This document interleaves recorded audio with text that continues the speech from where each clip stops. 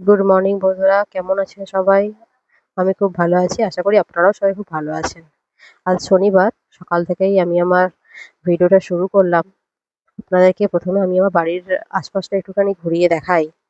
দেখুন, গত ১ সপ্তাহ ধরে এত প্রচুর পরিমাণে আমাদের এখানে বৃষ্টি হয়েছে যে গাছপালা, বন জঙ্গল সব পুরো ভরে গেছে।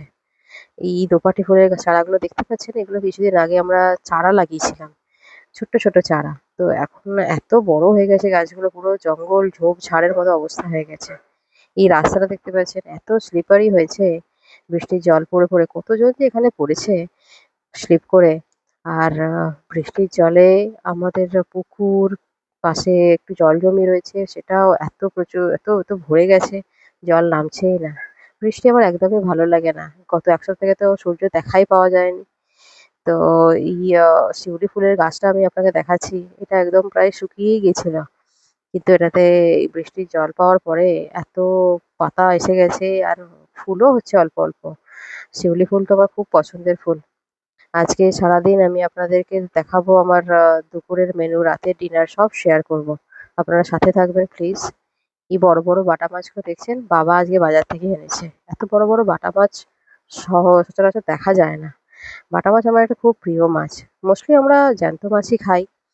তো আপনাদের এখানে এত বড় বড় বাটা মাছ পাওয়া যায় কিনা জানাবেন। মা মাছগুলো কুটে নিয়েছে। এই হচ্ছে আমাদের আজকে দুপুরের সবজি। এগুলো আমরা কেটেই রেখেছিলাম আগে। আপনারা দেখতেই পাচ্ছেন আজকে দুপুরের মেনু। কুমড়ো ভাজা, এটা আমার একটা খুব পছন্দের সবজি, হচ্ছে কাঁঠাল দানা, উচ্ছে আলু দিয়ে চচ্চড়ি। এটা হচ্ছে আমাদের মেইন ডিশ, যেটা বাটা মাছ দিয়ে, ঝিঙে দিয়ে, পেঁপে, আলু ডাঁটা দিয়ে একটা আহ, বেশ টেস্টি ঝোল। তো আমি আপনাদেরকে কাঁঠাল দানা চচ্চড়িটা পুরোটা দেখাতে পারিনি রেসিপিটা। তো উচ্ছে ভাজাটা হয়ে গেছে। আর এটাই হয়ে গেছে মেন কমপ্লিট ডিশ, যেটা কাঁঠাল দানা চচ্চড়ি। আপনারা টেস্ট করে দেখতে পারেন একবার, খুব ভালো লাগবে আশা করি আপনাদের। এটা বাটা মাছের ঝোল, এটাও রেডি হয়ে গেছে।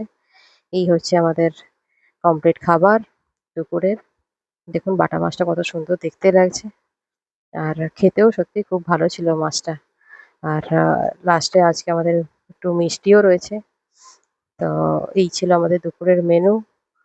আর সন্ধেবেলা আজকে আমাদের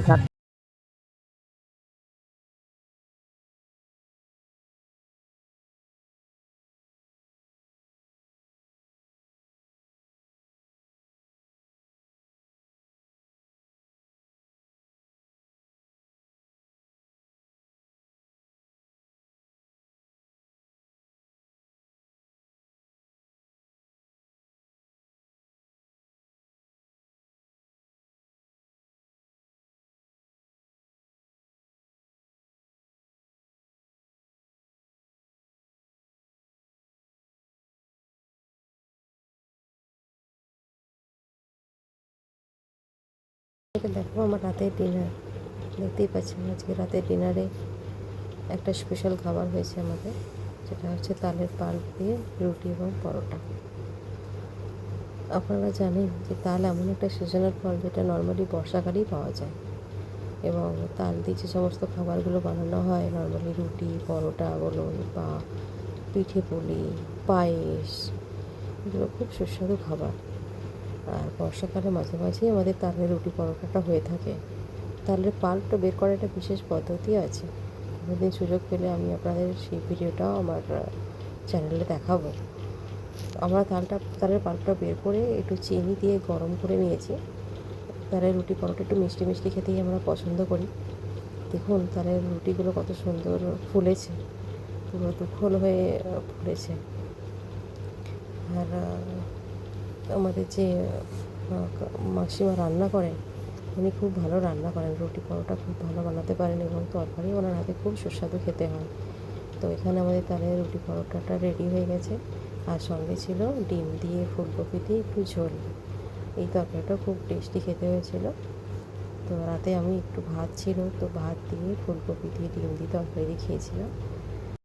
ডিম আর ফুলকপি তরকারিটাও খুব সুস্বাদু খেতে হয়েছিল। ভাতের সঙ্গে তো খুবই ভালো লাগছিল। আর ডিমটা নর্মালি আমরা শীতকালে ফুলকপি দিয়ে সঙ্গে খেতে ভালোবাসি। আর এর সঙ্গে হয়েছিল আমার পছন্দের একটা মিষ্টি, যেটা মতিচুরের লাড্ডু। তো এই হলো আমার রাতের ডিনার।